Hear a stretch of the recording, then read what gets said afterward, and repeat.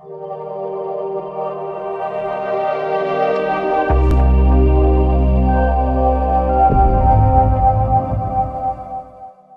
Friends, आप सभी का आपके अपने YouTube चैनल डिस्कवर राजस्थान में स्वागत है। जैसा कि आप सभी को पता है कि हमारा टारगेट RAS प्री 2023 जो बैच चल रहा है, उसमें हम RAS से जो प्रीवियस ईयर में क्वेश्चन पूछे गए हैं उनसे बनने वाले क्वेश्चन, उसके अलावा जो आपके 2023 के एग्जाम में आ सकते हैं जिसकी पॉसिबिलिटी है, उन क्वेश्चन को हम लेके आ रहे हैं। आपको डेली इस पे टॉप 10 क्वेश्चन मिल रहे हैं हर एक टॉपिक पे। तो आज हम अपने नेक्स्ट टॉपिक के जो क्वेश्चन लेके आए हैं वो आपका टॉपिक है जैव प्रौद्योगिकी। तो जैव प्रौद्योगिकी के अंदर जो अपने टॉप 10 MCQ है उनकी हम आज बात करेंगे। तो देखो, ये टॉप 10 MCQ है, इसके अंदर मैं आपको डिस्क्रिप्शन में भी बताता चलूंगा ताकि आपका और भी पोर्शन आपका कवर होता चले। तो चलते हैं हम अपने पहले क्वेश्चन की ओर। देखो हमारा पहला क्वेश्चन क्या है। तो पहला क्वेश्चन हमारा है जैव आवर्धन से क्या तात्पर्य है। तो हमें क्या बताना है कि जैव आवर्धन से हमारा क्या तात्पर्य है। तो देखो, सबसे पहले हमें पता होना चाहिए कि जैव आवर्धन क्या होता है। देखो, जैव आवर्धन की बात करते हैं कि जैव आवर्धन होता क्या है। देखो, इसमें क्या होगा, जैव आवर्धन में क्या होगा कि आहार श्रृंखला जो होती है, जैसे मैंने आपको उसमें जूनियर अकाउंटेंट का जब आपको मैं सिलेबस करवा था उसमें मैंने आपको आहार श्रृंखला या खाद्य श्रृंखला कराई थी। उसमें देखो, एक तो होती हैं आपके उत्पादक, ठीक है, उसके बाद आपके आती हैं उपभोक्ता और उसके बाद आपके आती हैं अपघटक।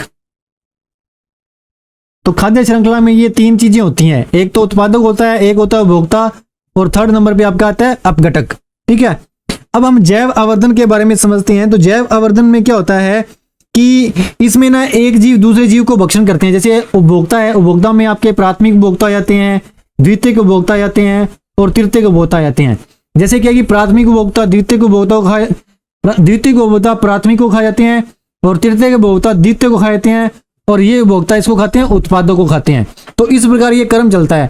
तो जब ये इनको खाते हैं तो क्या होता है, इनमें कुछ हानिकारक पदार्थ रहते हैं, वो भी क्या करते हैं, सेकेंडरी उपभोक्ता होते हैं, वो खा लेते हैं।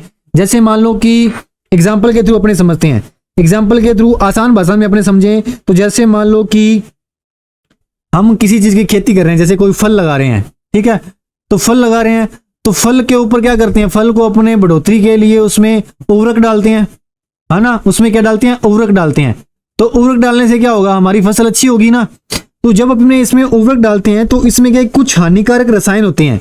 तो जो विषैले जो रसायन होते हैं वो भी कहाँ मिल जाते हैं, जो विषैले रसायन होते हैं वो भी कहाँ मिल जाते हैं, वो भी फलों के अंदर मिल जाते हैं। जो विषैले रसायन होते हैं वो भी किसके अंदर मिल जाते हैं, फलों के अंदर मिल जाते हैं। अब जो भी फल खाएगा, जैसे मान लो कि जो शाकाहारी है या जो भी है वो क्या आपका फल खाएगा, तो जब फल को खाएगा तो उसके अंदर क्या चले जाएंगे, विषैले रसायन चल जाएंगे। तो इसी को अपने क्या बोलते हैं, इसी को अपने बोलते हैं जैव आवर्धन। तो हमें यही बताना था कि जैव आवर्धन से क्या तात्पर्य है। तो देखो हमारा क्या आंसर हो जाएगा, जैव आवर्धन से हमारा क्या तात्पर्य है। जैव आवर्धन से तात्पर्य है कि उत्तरोत्तर पोषण स्तरों में जीवों में पीड़कनाशियों की मात्रा बढ़ना। तो देखो इसमें क्या उत्तरोत्तर पोषण कैसे होगा, जैसे प्राथमिक उपभोक्ता आ गया आपका, प्राथमिक उपभोक्ता, उसके बाद आपका आ जाएगा द्वितीयक उपभोक्ता, है ना। उसके बाद आपका द्वितीयक उपभोक्ता आ जाएगा, उसके बाद आपका तृतीयक उपभोक्ता आ जाएगा। क्या आ जाएगा, तृतीयक उपभोक्ता। ये अब एक दूसरे पे निर्भर है। सेकंड तो किसको खा जाएगा, प्राथमिक को खा जाएगा और थर्ड किसको खा जाएगा, सेकंड को खा जाएगा। तो देखो उत्तरोत्तर पोषण है, उत्तरोत्तर पोषण स्तर हुआ है ना, जैसे एक दूसरे को खा रहा है, दूसरा तीसरे को खा रहा है ना, तीसरा दूसरे को खा रहा है, दूसरा पहले को खा रहा है। तो ये क्या हो गया, उत्तरोत्तर पोषण स्तर हो गया उनका। तो इसमें क्या है कि जब वो एक दूसरे को खाते हैं तो उसमें कुछ क्या है, विषैले रसायन या विषैले पदार्थ आ जाते हैं। तो इसी को अपने क्या बोलते हैं, इसी को अपने बोलते हैं जैव आवर्धन। तो उत्तरोत्तर पोषण स्तरों में जीवों में पीड़कनाशियों की मात्रा का बढ़ना क्या कहलाता है, आपका जैव आवर्धन कहलाता है। तो अब चलते हैं हमारे नेक्स्ट क्वेश्चन की ओर। तो देखो नेक्स्ट क्वेश्चन क्या है, जीव के कलोन के संबंध में हमें कौन सा कथन सत्य है वो हमें बताना है।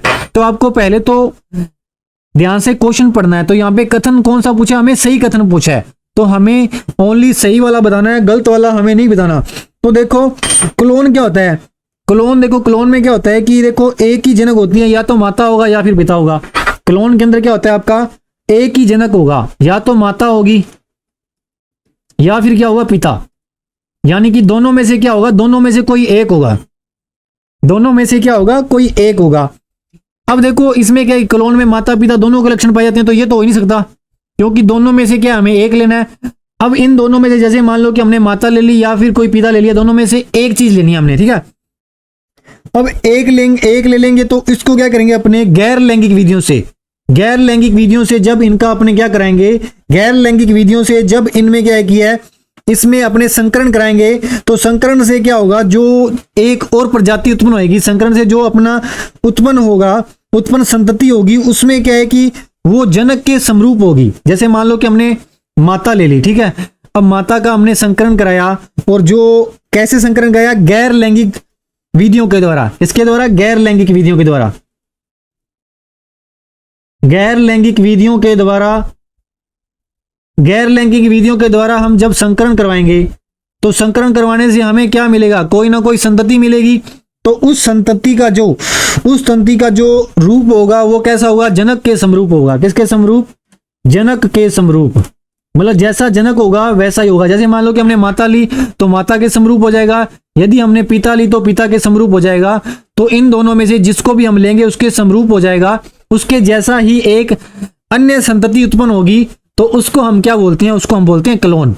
तो देखो क्लोन किससे हो रहा है, क्लोन गैर लैंगिक विधियों से हो रहा है। तो गैर लैंगिक को अपने क्या बोलते हैं, अलैंगिक विधि बोलते हैं। तो देखो क्लोन अलैंगिक विधि से उत्पन्न किया जाता है, ये बात सत्य है। तो हमें यही बताना था कि निम्न में से कौन सा कथन सही है। तो सही हमारा कौन सा गया, क्लोन अलैंगिक विधि से उत्पन्न किया जाता है। इसमें देखो, इसमें क्या निषेचन नहीं होता, माता और पिता दोनों का आपस में निषेचन नहीं होता, इनमें से ओनली एक को ही लिया जाता है, एक को लेकर के उसमें गैर लैंगिक विधियों के द्वारा निषेचन कराया जाता है। तो उससे जो संतति उत्पन्न होती है उसका रंग रूप सब कुछ किससे मैच करता है, जो हम जनक ले रहे हैं। तो जनक के समरूप होगा, तो उसको अपने क्या बोलते हैं, क्लोन। और क्लोन कैसी विधियों से करते हैं, अलैंगिक विधियों से। देखो आगे क्या, एक समान जुड़वा एक ही जीव क्लोन होते हैं, तो ये भी नहीं हो सकता, और इनमें से कोई नहीं तो हो ही सकता नहीं। तो आपका ऑप्शन क्या हो जाएगा, ऑप्शन नंबर बी, तो वह आपका आंसर हो जाएगा। अब चलते हैं हमारे नेक्स्ट क्वेश्चन पे। देखो नेक्स्ट क्वेश्चन क्या है, नेक्स्ट क्वेश्चन में हमें बताना है कि कौन सा कथन क्या है, सत्य है। तो हमें इनमें से सत्य कथन का बताना है। तो देखो पहले आपका कथन क्या दे रखा है, पहले नंबर हम कथन पढ़ते हैं। तो पहले नंबर कथन में हमें दे रखा है कि डीएनए फिंगरप्रिंटिंग, डीएनए फिंगरप्रिंटिंग पितृत्व स्थापना तथा बलात्कार विधियों वादों में अपराधियों की पहचान हेतु एक महत्वपूर्ण परीक्षण बन गया है। एक मिनट, हाँ अब देखो ए ऑप्शन में दे रखा है जो फिंगरप्रिंटिंग है, ये क्या है, पितृत्व स्थापन तथा बलात्कार वादों में अपराधियों की पहचान हेतु महत्वपूर्ण परीक्षण बन गया है। अब डीएनए जो फिंगरप्रिंटिंग है, डीएनए जो फिंगरप्रिंटिंग है, इसका उपयोग हम किस में करते हैं, इसका उपयोग हम ये भी कर लेते हैं कि हमें पता लगाना है। जैसे मान लो कई बार क्या होता है, बड़े बड़े हॉस्पिटलों में जैसे बच्चों का जन्म होता रहता है, तो कई बार यदि बच्चा बदल जाता है तो हम कैसे जानेंगे कि ये बच्चा इसका है या इसका है। दोनों में हमने बताना है कि बच्चा किसका है। तो हम क्या चीज चेक करेंगे, उनकी डीएनए फिंगरप्रिंटिंग लेंगे, तो जिससे हम पता कर सकते हैं ये किस पिता का बच्चा है। उसके साथ साथ बलात्कार के वादों में अपराधियों की पहचान करने के लिए भी हम डीएनए प्रिंटिंग, फिंगरप्रिंटिंग है, इसका उपयोग करते हैं। तो आपका कथन पहला है वो तो कथन आपका क्या हो जाएगा, सत्य हो जाएगा, ये कथन आपका सत्य है। उसके बाद देखो डीएनए परीक्षण हेतु बाल, सूखे रक्त, वीर्य के सूक्ष्म नमूने पर्याप्त होते हैं। तो डीएनए के लिए हम बालों से भी डीएनए ले सकते हैं, वीर्य से भी ले सकते हैं, इन सभी के नमूने हैं वो पर्याप्त हैं। तो देखो हमारा जो कथन है, ये कथन दोनों के दोनों सही हैं। तो आपका ऑप्शन हो जाएगा ए व ब, दोनों सही हैं। तो ऑप्शन क्या है आपका, सही ऑप्शन है। ये दोनों तो आपके कथन थे और ये आपका ऑप्शन है, दोनों के दोनों क्या है, कथन आपके सत्य हैं। अब हम चलते हैं हमारे नेक्स्ट क्वेश्चन पे। तो नेक्स्ट क्वेश्चन क्या है हमारा, नेक्स्ट क्वेश्चन है डीएनए फिंगरप्रिंट तकनीक किसके द्वारा विकसित की गई। तो हमें बताना है कि डीएनए जो फिंगरप्रिंट है तकनीक, वो किसके द्वारा विकसित की गई है। तो वो विकसित की है आपकी एल के जेफरेज एम उसके सहयोगियों के द्वारा। किसके द्वारा विकसित की है, एल ए जेफरेज एम सहयोगियों के द्वारा। और डीएनए जो, डीएनए के लिए मैंने आपको बताया है कि डीएनए जो फिंगरप्रिंट है वो उसका उपयोग किसमें किया जाता है, उसका उपयोग पिता की पहचान करने में किया जाता है, उसके अलावा बलात्कार के दोषियों की पहचान करने में किया जाता है, चोरों की पहचान करने में डीएनए फिंगरप्रिंट का उपयोग किया जाता है। तो इन सभी में फिंगरप्रिंट है जो डीएनए फिंगरप्रिंट का उपयोग किया जाता है। तो आपको यहाँ पे क्या बताना था कि डीएनए फिंगरप्रिंट तकनीक किसके द्वारा विकसित की, तो ये तो आपको याद में रखना पड़ेगा, L.K. जेफरेज एवं उनके सहयोगियों ने मिलकर के डीएनए फिंगरप्रिंट है वो तकनीक विकसित की है। अब चलते हैं हमारे नेक्स्ट क्वेश्चन पे। तो नेक्स्ट क्वेश्चन क्या है, पराजीन फसल स्वर्ण चावल, पराजीन फसल स्वर्ण चावल किस वांछनीय लक्षण के लिए तैयार की गई है, तो ये किसके लिए किया गया है, विटामिन ए। अब देखो विटामिन ए, विटामिन ए की बात आई तो विटामिन ए का सबसे अच्छा स्रोत क्या है, स्वर्ण चावल, गोल्डन राइस है वो क्या है, विटामिन ए का सबसे अच्छा स्रोत है। यदि आपको एग्जाम में पूछता है कि विटामिन ए का सबसे अच्छा स्रोत क्या है, तो स्वर्ण चावल, गोल्डन राइस जो है वो विटामिन ए का सबसे अच्छा स्रोत है। अब विटामिन ए से रोग कौन सा होता है, विटामिन ए से क्या होगा, व्यक्ति अंधा होगा, व्यक्ति क्या होगा, अंधा होगा। और अंधा कब होगा, रात को। तो अंधा कब होगा व्यक्ति, रात को। तो रात को अंधा होगा तो उसको अपने रोग का नाम क्या दिया, रोग का नाम है रतौंधी। क्या होता है, रतौंधी। विटामिन ए से कौन सा रोग होता है, रतौंधी। तो रतौंधी में व्यक्ति को क्या है, रात में दिखाई नहीं देता। आप बोलोगे सर रात में तो हमें भी नहीं दिखाई था, किसी को नहीं दिखाई था। तो जो रतौंधी रोग वाला व्यक्ति है उसको रात में बिल्कुल भी नहीं दिखाई देता। अब इसका वैज्ञानिक नाम क्या है, विटामिन ए का वैज्ञानिक नाम क्या है, रेटिनोल। वैज्ञानिक नाम क्या है, रेटिनोल। देखो रेटिना पे इमेज बनता है तो ये आंख से संबंधित है, किससे संबंधित है, आंख से संबंधित है। तो आंख में जो इमेज बनती है वो रेटिना पे बनती है, तो इसका वैज्ञानिक नाम क्या याद रखना है आपको, रेटिनोल।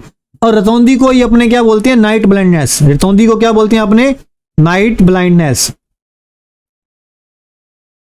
और विटामिन ए का सबसे अच्छा स्रोत आपको बता दिया स्वर्ण चावल। इसके अलावा गाजर हो गया, गाजर भी आपका क्या है, विटामिन ए का अच्छा स्रोत है। गाजर बोलते हैं ना, गाजर खाओ आंखों की रोशनी बढ़ाओ, क्या बोलते हैं, गाजर खाओ आंखों की रोशनी बढ़ाओ, आंखों की रोशनी बढ़ाओ। तो देखो जो ये विटामिन ए का स्रोत क्या है, स्वर्ण चावल, उसके बाद आपका आ गया गाजर। तो ये दोनों बातें आपको याद रखनी है। तो देखो पाराजीन फसल स्वर्ण चावल है, ये किसके लक्षण के लिए तैयार की जाती है, ये विटामिन ए से जो ग्रसित व्यक्ति होगा उसके लिए जो पराजीन फसल है स्वर्ण चावल, इसका उपयोग किया जाएगा।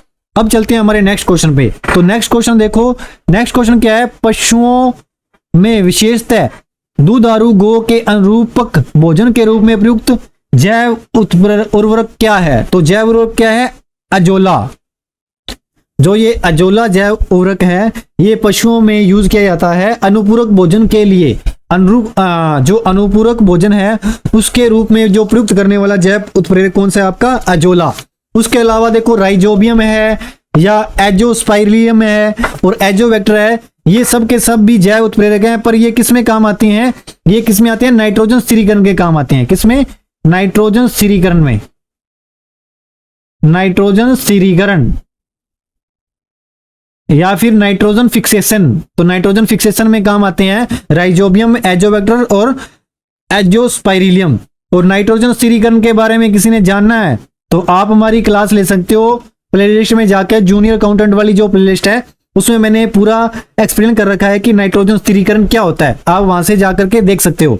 अब चलते हैं हमारे नेक्स्ट क्वेश्चन की ओर। तो नेक्स्ट क्वेश्चन है आपका, ग्लाइफॉस्फेट प्रतिरोधी प्रथम अभियांत्रिकी फसल राउंड अप रेडी में रूपांतरित जीन होती है। देखो ये क्या कि ग्लाइफॉस्फेट प्रतिरोधी प्रथम अभियांत्रिकी फसल है जो राउंड अप रेडी, ये किस जीन में रूपांतरित होती है, तो हमें ये बताना है।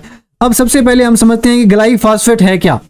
जो ये आपका ग्लाइफॉस्फेट है ना, ये क्या है कि आपका एक प्रकार का खरपतवार नाशी है। क्या है आपका, ग्लाइफॉस्फेट है जो वो ये क्या आपका खरपतवार नाशी। खरपतवार क्या होता है, जैसे आपने देखा होगा कि जैसे हम कोई भी फसल उगाते हैं तो फसल के अंदर छोटा मोटा जो घास फूस उग जाता है तो जो मतलब फसल को नुकसान पहुंचाता है तो उसको अपने क्या बोलते हैं, खरपतवार। तो खरपतवार इनको खत्म करने के लिए जो प्रतिरोधी का यूज किया जाता है वो आपका क्या है, ग्लाइफॉस्फेट। तो ग्लाइफॉस्फेट किस लिए काम आता है, खरपतवार को नष्ट करने के काम आता है। यदि आपको इसका IUPAC नाम जानना है तो इसका IUPAC नाम भी बता देता हूं आपको। IUPAC नाम, IUPAC नाम क्या है इसका, इसका IUPAC नाम है फास्फोनोमिथाइल ग्लाइसिन।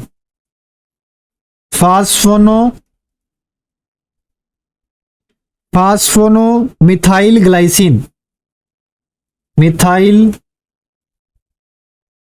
ग्लाइसिन। तो ये इसका क्या है, IUPAC नाम है। अब हमें क्या बताना था, जो ग्लाइफॉस्फेट है ये प्रतिरोधी है, जो खरपतवार को नाश करता है। ये अभियंत्रित फसल जो राउंड अप रेडी है, इसमें रूपांतरित जीन है। तो कौन सा रूपांतरित जीन है आपका, इसमें आपका आंसर हो जाएगा option number 2, enol pyruvyl shikimate 3 phosphate synthase enzyme के लिए। किसके लिए ये इनोल, ये आपको पूरा नाम याद रखना है। जो ये ग्लाइफॉस्फेट है, ये राउंड अप रेडी में रूपांतरित जीन है, वो किसके लिए है, किस एंजाइम के लिए है, वो इस एंजाइम के लिए है, इनोल पाइरोवाइल सिक्कीमेट 3 फास्फेट सिंथेट एंजाइम के लिए। तो ये आपको याद करना पड़ेगा, थोड़ा सा हार्ड नाम है, तो आप जरूर इसको ध्यान में रखना, आपका एग्जाम की दृष्टि से महत्वपूर्ण क्वेश्चन बनता है। तो अगला क्वेश्चन क्या देखते हैं, हमारा अगला क्वेश्चन है जलाशयों में न्यूट्रोफिकेशन होता है।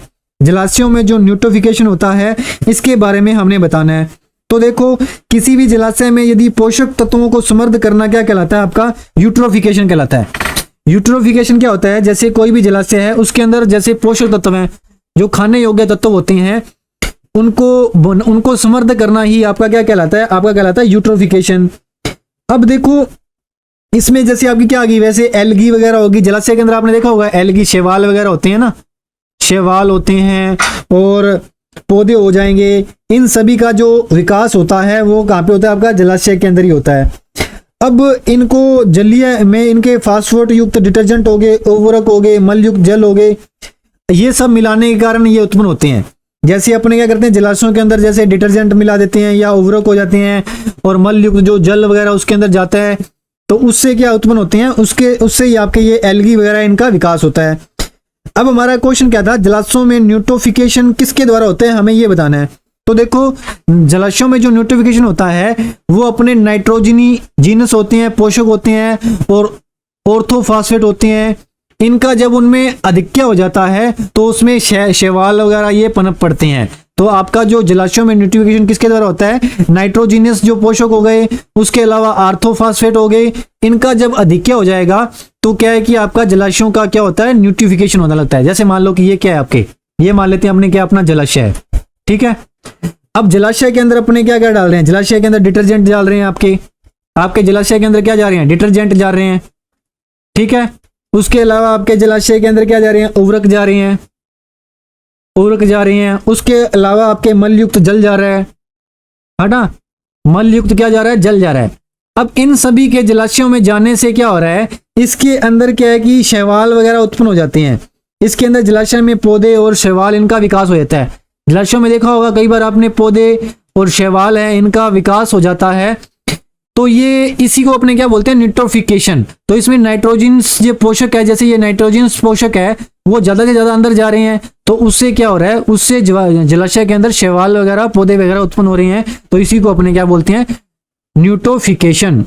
अब चलते हैं हमारे नेक्स्ट क्वेश्चन पे। तो नेक्स्ट क्वेश्चन क्या है, देखो नेक्स्ट क्वेश्चन है जैव पत्ती जिसमें प्राश्रव्य ध्वनि का उपयोग किया जाता है। अब हम बात करते हैं प्राश्रव्य ध्वनि क्या होती है। एक तो होती है आपकी श्रव्य और एक होती है आपकी प्राश्रव्य।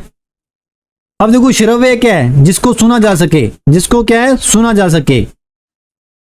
अब इस ध्वनि को क्या है, इस ध्वनि को जो मनुष्य है, जो मनुष्य है वो इसको सुन सकता है। श्रव्य ध्वनि कौन सी होगी, जिसको मनुष्य क्या कर सकता है, सुन सकता है। प्राश्रव्य कौन सी होगी, जिसको मनुष्य नहीं सुन सकता, लेकिन बिल्ली, कुत्ते, कुछ जीव है जो वो इसको सुन सकते हैं। प्राश्रव्य ऐसी है जिसको मनुष्य तो नहीं सुन सकता, बिल्ली, कुत्ते ये सुन सकते हैं। ऐसी ध्वनि तरंगों को अपने क्या बोलते हैं, प्राश्रव्य ध्वनि तरंगे। अब हमें ये बताना है कि ये जो प्राश्रव्य ध्वनि तरंगे हैं किस जैव पत्ती में उपयोग की जाती हैं। तो ये आपकी सोनोग्राफी में जो आपकी ध्वनि तरंगे उपयोग की जाती हैं, जैव पत्ती जो उपयोग की जाती है वो आपकी कौन सी है, वो आपकी है प्राश्रव्य ध्वनि।